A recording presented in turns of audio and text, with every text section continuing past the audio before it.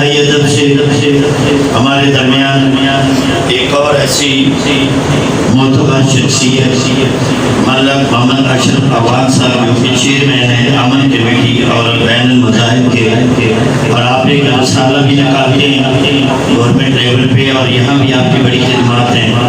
آج اتحاد بین المسلمین کے حوالے سے اپنی محبت مولا کے حضور پیش کرتے ہیں۔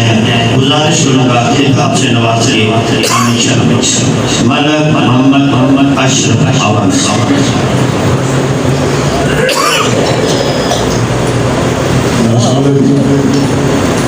قابل قدر بہت احترام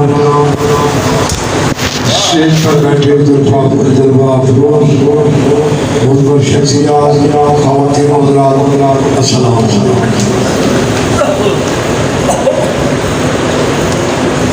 نام تو میرا بتا دیا، محمد اشرف عوان کا بیسک مطلب جو ہے وہ ہے مددگار۔ نام کس نے رکھا تھا؟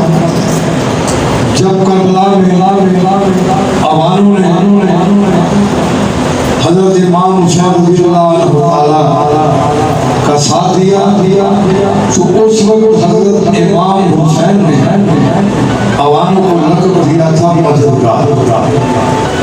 تو ہم مددگار ہیں، ہمیں حضرت امام حسین رضی اللہ عنہ حضرت علی کرم اللہ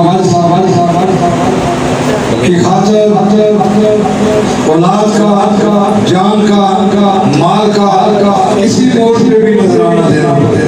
تو میں اپنے بھائیوں کے ساتھ ہوں، اہل بیت کے ساتھ ہوں، تو ایک شعر آپ کی نظر کرتا ہوں، ادھر بیٹھے لکھا ہے کربلا کے حل میں دل کو تڑپاتے ہیں، کربلا کے حل میں دل کو تڑپاتے ہیں، شہادت امام حسین کی تقریب میں وہ بھی آتے ہیں جنہیں سرکار بلاتے ہیں۔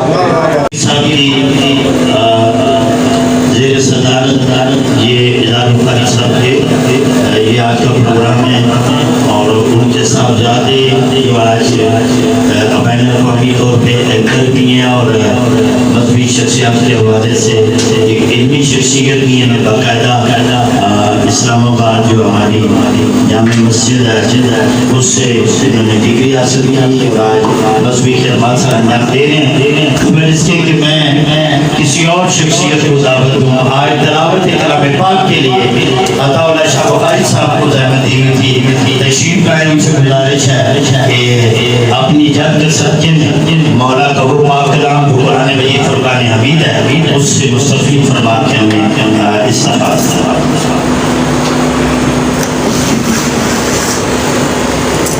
أعوذ بالله من الشيطان الرجيم، بسم الله الرحمن الرحيم، واعتصموا بحبل الله جميعا ولا تفرقوا، واذكروا نعمة الله عليكم إذ كنتم أعداء